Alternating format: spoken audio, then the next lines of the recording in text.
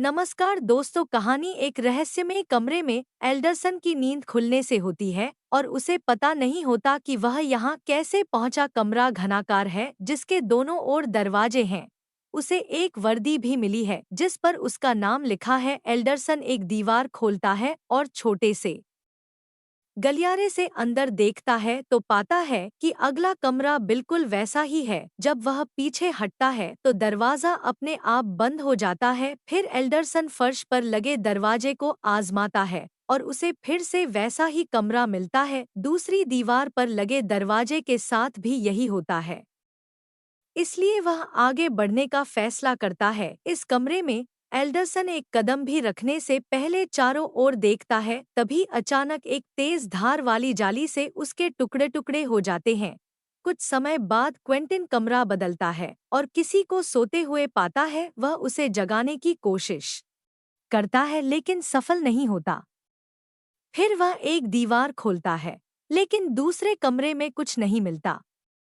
जब वह मुड़ता है तो अर्थ आखिरकार जाग चुका होता है। उसी क्षण उन्हें अगले कमरे में एक आवाज सुनाई देती है और क्वेंटिन खुद को तैयार करता है। दीवार पर लगा दरवाजा खुलता है और हॉलोवे प्रकट होता है। फिर क्वेंटिन उसे कपड़ों से पकड़कर जमीन पर पटक देता है। वह उसे मारने ही वाला होता है लेकिन वह चीख पड़ती है और उसे एहसास होता है कि वह भी एक और शिकार है। फिर आप उसे जाने देते हुए माफी मांगते हैं। अचानक उन्हें किसी के मदद के लिए चिल्लाने की आवाज सुनाई देती है। क्वेंटिन एक दरवाजा खोलता है और दूसरे कमरे में लेवोन को पाता है। वह कमरों को पार करने की तैयारी करती है लेकिन क्वेंटिन उसे रोक देता है। जल्दी से चारों ओर देखने के बाद वह उसके कमरे में जाता है और उसे गलियारे को पार करके दूसरों के पास ले जाता है। इस दौरान उसका चश्मा गिरकर टूट जाता है। तभी छत का दरवाजा खुलता है और रेनिस दिखाई देता है जो नीचे आकर उनके साथ शामिल हो जाता है। क्वेंटिन समूह को बताता है कि वे सीढ़ियों से चढ़कर नहीं जा सकते क्योंकि वहां जाल बिछे हैं और वो बताती है कि जब उसने नीचे वाले कमरे में देखा तो वह लगभग अपना मानसिक संतुलन खो बैठी थी। हॉलोवे देखती है कि डब्ल्यूएफ के सिर से खून बह रहा है और उसके घाव की जांच करती है, यह समझाते हुए कि वह एक मेडिकल कर्मी है। हेनिस अपने जूते उतारती है और एक जूता पास के कमरे में फेंक देती है। तुरंत एक जाल सक्रिय हो जाता है और जूते में आग लग जाती है। फिर आप यह निष्कर्ष निकालते हैं कि दीवारों में गति संवेदक लगे हैं। केंटिन पूछता है कि क्या किसी को याद है कि वे वहां कैसे पहुंचे, लेकिन किसी को याद नहीं है। सभी अपनी दिनचर्या का पालन कर रहे थे और अचानक बेहोश हो गए और जब होश आया तो उन्होंने वही वर्दी पहनी हुई थी। ऊपर से अजीब आवाजें सुनकर समूह चर्चा करता है कि क्या किया जाए। लिवेन सोचती है कि उन्हें उस कमरे में किसी का इंतजार करना चाहिए, हालांकि वोर्फ को लगता है कि उन्हें लेने कोई नहीं आएगा। अधिकांश लोग सहमत है कि बाहर निकलने का रास्ता खोजना चाहिए। जब लिवेन बेहोश होने लगती है तो केंटिन उसे शांत करता है और समझाता है कि वह एक पुलिस अधिकारी है, इसलिए वह उसकी सुरक्षा का वादा करता है। हेनिस अपना जूता दूसरे कमरे में फेंकती है और कुछ नहीं होता। फिर वे उस कमरे में चले जाते हैं। वे इस प्रक्रिया को कई बार दोहराते हैं जबकि अजीबोगरीब यांत्रिक आवाजें करीब आती हुई प्रतीत होती हैं। उनमें से एक को पार करने पर गलियारों में ली की नज़र एक छोटी सी पट्टिका पर पड़ती है और वह उसे पढ़ने के लिए चश्मा लगा लेती है। उस पर संख्याएं लिखी हैं और हर कमरे में एक अलग पट्टिका है। समूह को उम्मीद है कि इसका मतलब यह नहीं है कि 500 मिलियन से ज्यादा कमरे हैं। हॉलोवे बताता है कि भोजन और पानी के बिना वे इन तनावपूर्ण परिस्थितियों में केवल 3 दिन ही जीवित रह पाएंगे। रेनिस बताता है कि वह एक बटन चूस रहा है और उसे भी ऐसा करने के लिए कहता है क्योंकि इससे लार का प्रवाह बना रहता है। कुछ क्यूब्स के बाद वह समूह को अगले कमरे में जाने से रोक देता है। बूट ठीक है, लेकिन उसने देखा कि अंदर की हवा सूखी है, इसलिए उसे लगता है कि वहाँ एक आणविक रासायनिक सेंसर है जो त्वचा द्वारा उत्सर्जित हाइड्रोजन का पता लगाता है। वह यह भी बताता है कि वह यह सब इसलिए जानता है क्योंकि वह एक सेंसर विशेषज्ञ है। केंटिन को एहसास होता है कि वह वही कुख्यात पक्षी है जो 7 जेलों से भाग निकला था। रेनिस इसकी पुष्टि करता है और स्वीकार करता है कि वह केवल उनके साथ काम कर रहा है क्योंकि भविष्य में उसे उनके जूतों की जरूरत पड़ सकती है, लेकिन अगर वे मूर्खतापूर्ण व्यवहार करते हैं तो वह उन्हें पीछे छोड़ देगा। वंशज के साथ ध्यान केंद्रित रखने के बारे में बातचीत के बाद रेनिस बूट से एक और कमरे का परीक्षण करता है और मार्ग पार करता है। वह सुरक्षित रूप से दूसरी तरफ उतर जाता है, लेकिन एक सेकंड बाद एक वह यंत्र उसके चेहरे पर तेजाब छिड़कता है। दरवाजा पहले ही बंद हो चुका है, इसलिए क्वेंटिन उसे फिर से खोलता है और रेनिस पिघलती त्वचा के साथ वापस आता है। उसका शरीर कुछ देर तक तड़पता है और अंत में मर जाता है। अगर रेनिस की बूट वाली योजना हमेशा काम नहीं करती तो उन्हें पूरी स्थिति का फिर से विश्लेषण करने की आवश्यकता है। क्वेंटिन बताता है कि वह एक पुलिस अधिकारी है। रेनिस भागने में माहिर था और हॉलोवे एक डॉक्टर है, इसलिए यहाँ हर किसी का कोई न कोई उद्देश्य होना चाहिए। हालांकि लेविन कहती है कि वह सिर्फ एक कॉलेज छात्रा है और वोर्फ एक उबाऊ ऑफिस की नौकरी करता है। हॉलोवे शिकायत करना शुरू कर देती है, कहती है कि वे उसके घर में घुस गए और उन्हें नग्न छोड़ गए। वह अपने गहनों के खोने का विलाप करती है और क्वेंटिन को एहसास होता है कि वे लेविन के चश्मे को छोड़कर सब कुछ ले गए हैं। वह निष्कर्ष निकालता है कि उन्होंने उसे चश्मा इसलिए दिया क्योंकि उन्हें उम्मीद थी कि वह पढ़ सकती है, और सोचता है कि क्या वह गणित पढ़ती है। लेविन चश्मा पहनती है और संकेतों को पढ़ना शुरू कर देती है।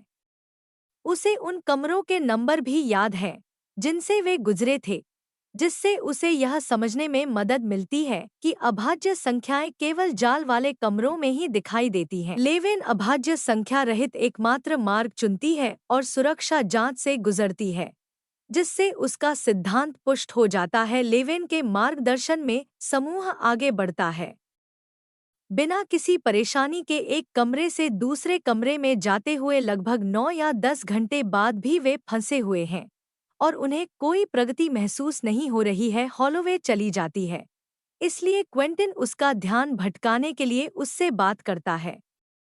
वह उसके काम के बारे में बात नहीं करना चाहती, इसलिए वह उसके परिवार के बारे में पूछती है। वह बताता है कि उसके 3 बच्चे हैं और वह अपनी पत्नी से अलग रहता है। समूह अगले कमरे में जाता है और लेव को दीवारों या फर्श पर सही संख्याएं नहीं मिलती। इसका मतलब है कि अगला दरवाजा छत पर है। क्वेंटिन उसे खोलने के लिए ऊपर चढ़ता है, तभी कैसान समूह के ऊपर गिर जाता है।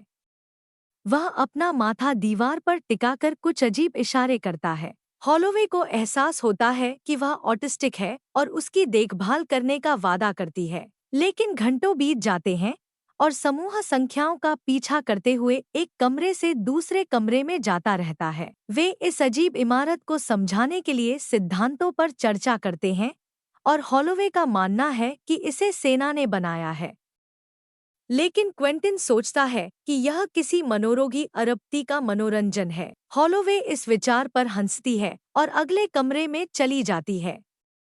अचानक उसकी सांस रुक जाती है और कजान चीखने लगती है। उसे लगता है कि वह मर रही है। हालांकि उसने गलती से बटन निगल लिया, लेकिन वह ठीक है। जब लेविन को अगले सही नंबर मिलते हैं तो वर्थ उससे असहमत होती है। क्वेंटिन को लेविन पर ज्यादा भरोसा है, इसलिए वह आगे बढ़ जाता है। तभी लेविन उस पर चिल्लाती है और उसे वहीं रोक देती है। तब उसे एहसास होता है कि वह कांटेदार तार से घिरा हुआ है और जाल बंद होने से ठीक पहले उससे बाहर कूद जाता है। हालांकि उसके पैर में चोट लग जाती है। कजान फिर से चिल्लाने लगता है और पिछले कमरे में ही रहता है, जबकि बाकी लोग क्वेंटिन के पास चले जाते हैं। कजान के चिल्लाने से उन्हें कुछ सुनाई नहीं देता, इसलिए वह वर्थ को लड़के की देखभाल करने के लिए भेज देता है। फिर वह लेविन और हॉलोवे को बताता है कि उसे वर्थ पर भरोसा नहीं है। क्योंकि उसे पता था कि यह कमरा सही नहीं है। जब डब्ल्यूएफ कजान के साथ लौटती है तो समूह आराम करने का फैसला करता है, क्योंकि लेविन की प्रणाली अब भरोसेमंद नहीं है। लेविन बहुत सारी गणनाएं करने लगती है और कजान एक कोने में पेशाब कर देता है। अर्थ को यह सब देखकर मजा आता है और केंटचेन उसके लगातार नकारात्मक रवैये के लिए उसे डांटता है। फिर बहस शुरू हो जाती है। क्वेंटिन ने बताया कि अगर कुछ भी मायने नहीं रखता तो वॉर्थ बस किसी भी अगले कमरे में जा सकता है। इससे आखिरकार वह भड़क उठता है और चिल्लाता है कि बचने का कोई रास्ता नहीं है। वह यह जानता है क्योंकि वह खुद भी इस स्थिति से गुजर चुका है। इमारत के बाहरी हिस्से का डिजाइन बनाने के लिए उसे काम पर रखा गया था, लेकिन उसके पास और कोई जानकारी नहीं है। उन्हें बस एक खोखला घनाकार ढांचा बनाने को कहा गया था। वर्फ कभी अपने कार्यालय से बाहर नहीं निकला। उसे केवल फोन किया जाता था और निर्देश दिए जाते थे।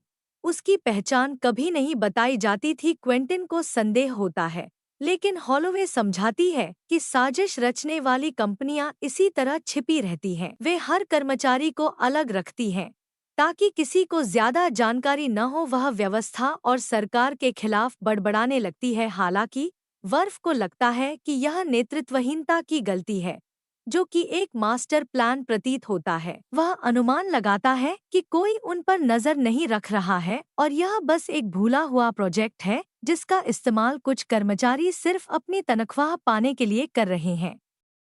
उसका निष्कर्ष है कि यह सब व्यर्थ है, जिससे सभी दार्शनिक निराशा में डूब जाते हैं।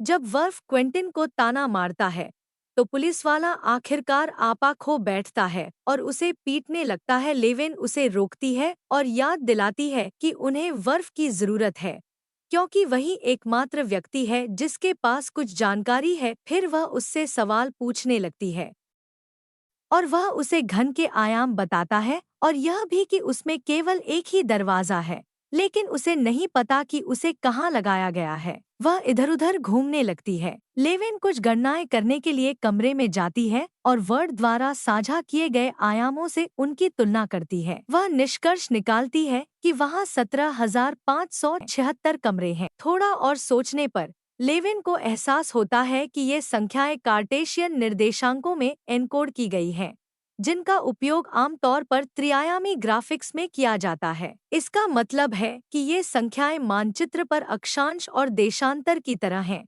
जो घन के भीतर उनकी स्थिति को दर्शाती हैं। एक त्वरित गणना के बाद वह समूह को बताती है कि वे किनारे से 7 कमरे दूर हैं। समूह फिर से आगे बढ़ना शुरू करता है और क्वेंटिन तय करता है कि जाल की जांच करने के लिए डब्ल्यूएफ हमेशा पहले जाएगी। जैसे ही वे अगले मार्ग से आगे बढ़ते हैं, वे कुछ ऐसे निर्देशांकों पर ध्यान देते हैं जो समझ में नहीं आते, क्योंकि वे घन के बाहर की जगह को इंगित करते प्रतीत होते हैं, लेकिन वे फिर भी फंस जाते हैं।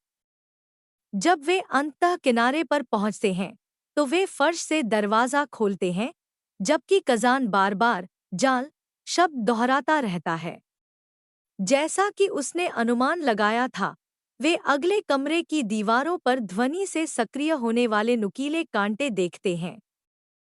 ऐसा लगता है कि इस किनारे वाले कमरे में हर दिशा में जाल बिछे हैं, इसलिए उन्हें वापस मुड़ जाना चाहिए। क्वेंटिन मना कर देता है और सोचता है कि उन्हें किसी भी हालत में कमरे को पार कर जाना चाहिए, अन्यथा वे कभी प्रगति नहीं कर पाएंगे। एक और चर्चा होती है और अंत में वे आगे बढ़ने के लिए सहमत हो जाते हैं। समूह द्वारा कैसन को चुप रहने के लिए समझाने के बाद क्वेंटिन वर्थ को कमरे में नीचे उतारता है। यांत्रिक आवाजें फिर से सुनकर वर्थ अगला दरवाजा खोलता है और उसे अपने जूते से जांचता है। कुछ नहीं होता, इसलिए बाकी लोग भी नीचे उतरने लगते हैं। कैसन गलती से फर्श के दरवाजे पर पैर रख देता है और उसकी पैंट फंस जाती है, लेकिन हॉलोवे उसे चुप कराकर बिना आवाज किए उसे छुड़ाने में कामयाब हो जाता है।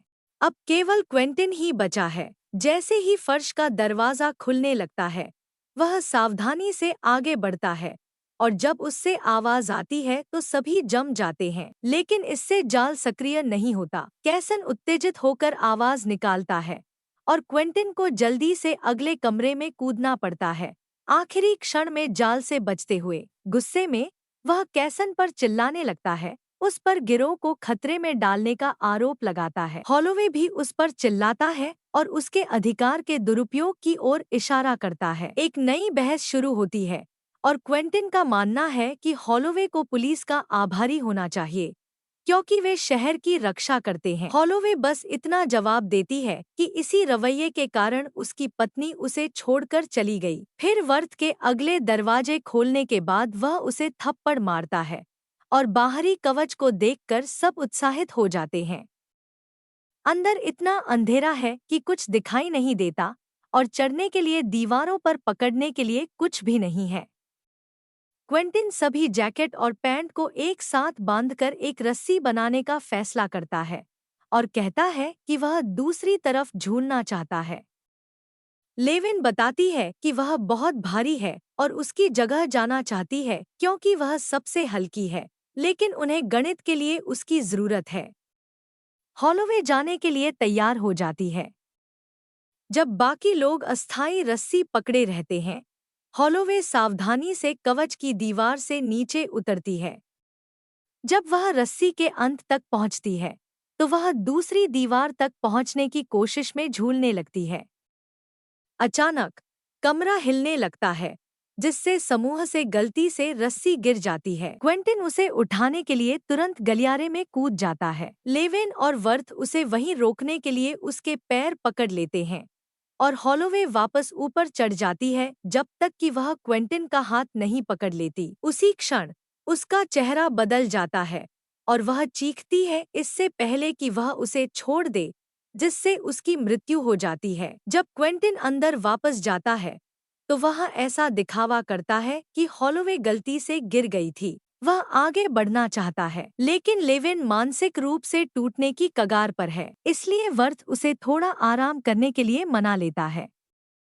वे झपकी लेने का फैसला करते हैं और क्वेंटिन सबके सो जाने का इंतजार करता है ताकि वर्थ का जूता चुरा सके। फिर वह लेविन को जगाता है और उसे दूसरे कमरे में ले जाता है। उसे लगता है कि दूसरों के बिना वह ध्यान केंद्रित कर पाएगी। हालात तब अजीब हो जाते हैं जब वह बड़बड़ाने लगता है कि वे ही कुंजी हैं और उसे गलत तरीके से छूता है, यह कहते हुए कि वे एक पुरुष और एक स्त्री हैं, जैसे समीकरण के दो हिस्से। लेविन तुरंत उससे भागने की कोशिश करती है, लेकिन क्वेंटिन आसानी से उसे पकड़ लेता है और उसे दूसरे कमरे में ले जाने की कोशिश करता है। अचानक वर्थ उसे धक्का देकर गिरा देता है, जिससे लेविन उसकी पकड़ से छूट जाती है। जब कजान भी उनके साथ आ जाता है, तो क्वेंटिन एक और भाषण शुरू करता है, यह कहते हुए कि बाकी सब जासूस हैं और हॉलोवे का अपमान करता है। इससे लेविन को एहसास होता है कि उसने ही उसे धक्का दिया है, इसलिए वह और वुल्फ उसे अकेला छोड़ने के लिए कहते हैं। क्वेंटिन डब्ल्यूएफ के चेहरे पर जूता फेंककर उसे गिरा देता है। फिर वह पागलों जैसी शक्ल बनाकर उसे पीटने लगता है। फिर वह वर्थ को दरवाजे से बाहर फेंककर फर्श पर गिरा देता है। सभी को आश्चर्यचकित करते हुए वह बस हंसने लगता है। तीनों नीचे जाने का फैसला करते हैं और पाते हैं कि वे वापस उसी जगह पर आ गए हैं। कमरे में हेनेस का शव है, जिसका मतलब है कि वे गोल गोल घूम रहे हैं। क्वेंटिन घबरा जाता है और लेविन से पूछता है कि वे कहाँ हैं, उसे संख्याओं की ओर धकेलते हुए। लेविन कहती है कि उसे नहीं पता और उस पर चिल्लाती है, यह बताते हुए कि उसने कुछ नहीं किया। निराशा से भरा क्वेंटिन कहता है कि डब्ल्यू सही था, बाहर निकलने का कोई रास्ता नहीं है। रोते हुए डब्ल्यू को याद आता है कि हेनेस को अगले कमरे में मार दिया गया था। वह चारों ओर देखता है और पाता है कि वहाँ कुछ भी नहीं है, इसलिए वे फिर से किनारे पर आ गए हैं। यह बात समझ में नहीं आती क्योंकि उसे याद है कि हेनेस एक कमरे में गया था। क्वेंटिन को लगता है कि वह समय बर्बाद कर रहा है और उस पर अपना जूता फेंकता है, जो किनारे से नीचे गिर जाता है। वर्थ उसे अनदेखा करता है और बात करना जारी रखता है, यह बताते हुए कि वे गोल गोल नहीं घूम रहे हैं, बल्कि कमरे ही पूरे समय हिल रहे थे, जिससे अजीब यांत्रिक आवाजें और कंपन समझ में आते हैं। लेविन को एहसास होता है कि वह सही था और वे साथ मिलकर प्लेटो को देखते हैं। वे इस निष्कर्ष पर पहुंचे कि ये संख्याएं उस कमरे के सभी निर्देशांकों की सूची है जिनसे वह कमरा गुजरता है। जिस कमरे का निर्देशांक घन के बाहर था, वही घन में प्रवेश करने का पुल होना चाहिए। उन्हें निकास द्वार नहीं दिखाई दिया क्योंकि वह पहले ही अपनी जगह से हट चुका था। उन्हें उस कमरे में वापस जाना होगा और उसके अपनी मूल स्थिति में लौटने तक प्रतीक्षा करनी होगी। लेविन आसपास की संख्याओं का उपयोग करके कई गणनाएं करती है और निष्कर्ष निकालती है कि कमरे 2 और चालों में अपनी मूल स्थिति में लौट आएंगे। क्वेंटिन आगे बढ़ना चाहता है, लेकिन जाल का मामला अभी भी बाकी है।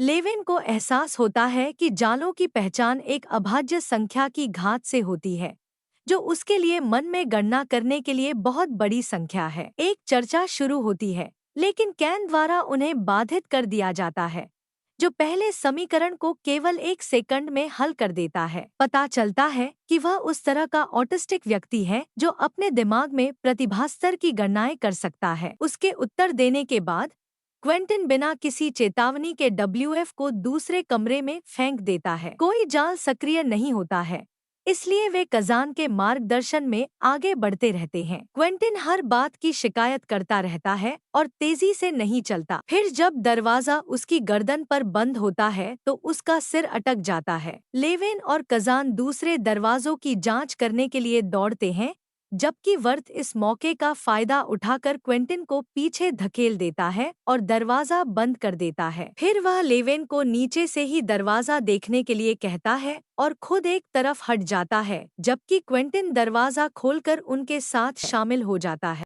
अचानक वुल्फ फर्श से दरवाजा खोलता है और क्वेंटिन गिर जाता है। उसके सिर पर इतनी जोर से चोट लगती है कि खून बहने लगता है। अब तीनों उसके हिंसक व्यवहार के बिना आगे बढ़ सकते हैं। कुछ क्यूब्स पार करने के बाद वे फिर से किनारे पर पहुंच जाते हैं और एक कमरा नीचे खिसकने पर उन्हें रास्ते से हटना पड़ता है। वह उनके दरवाजे के सामने आकर गिरता है, जिससे उनका अनुमान सही साबित होता है। लीवेन और वर्फी अगले कमरे में चले जाते हैं, लेकिन इससे पहले कि कजान उनके साथ आ पाता, कमरे खिसक जाते हैं और वह बह जाता है। वे पास ही उसकी चीखें सुन सकते हैं। फिर वर्थ उसे ढूंढने के लिए कुछ कमरे पार करती है। हालांकि कजान डरा हुआ है और हिलने से इनकार कर देता है। इसी बीच लीवेन किसी चुभने वाली चीज पर पैर रख देती है और उसे अपने चश्मे का टूटा हुआ टुकड़ा मिलता है, जिसका मतलब है कि वे शुरुआत में हैं और जैसा उसने कहा था,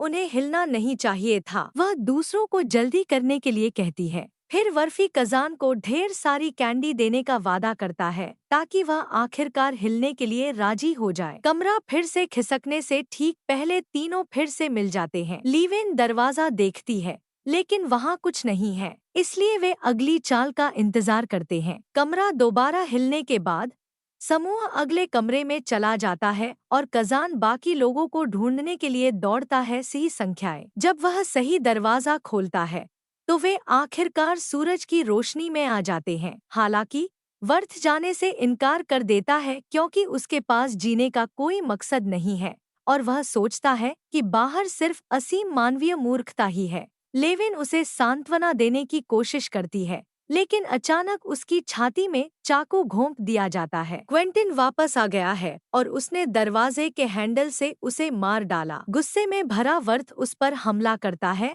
और दोनों आदमी लड़ने लगते हैं, लेकिन क्वेंटिन जल्दी से उसे भी चाकू मार देता है। कमरा हिलने लगता है, इसलिए कजान बाहर निकलने का दरवाजा खोलता है और निकल जाता है। क्वेंटिन उसका पीछा करने की कोशिश करता है, लेकिन लेविन उसके पैर पकड़कर उसे रोक लेती है। जैसे ही कमरा हिलता है, क्वेंटिन कुचलकर मर जाता है। वर्थ गिर जाता है और लेविन के बगल में मरने के लिए चला जाता है, जबकि कजान अपनी आज़ादी की ओर चल पड़ता है। इस तरह 1997 की साइंस फिक्शन और हॉरर फिल्म क्यूब का अंत होता है।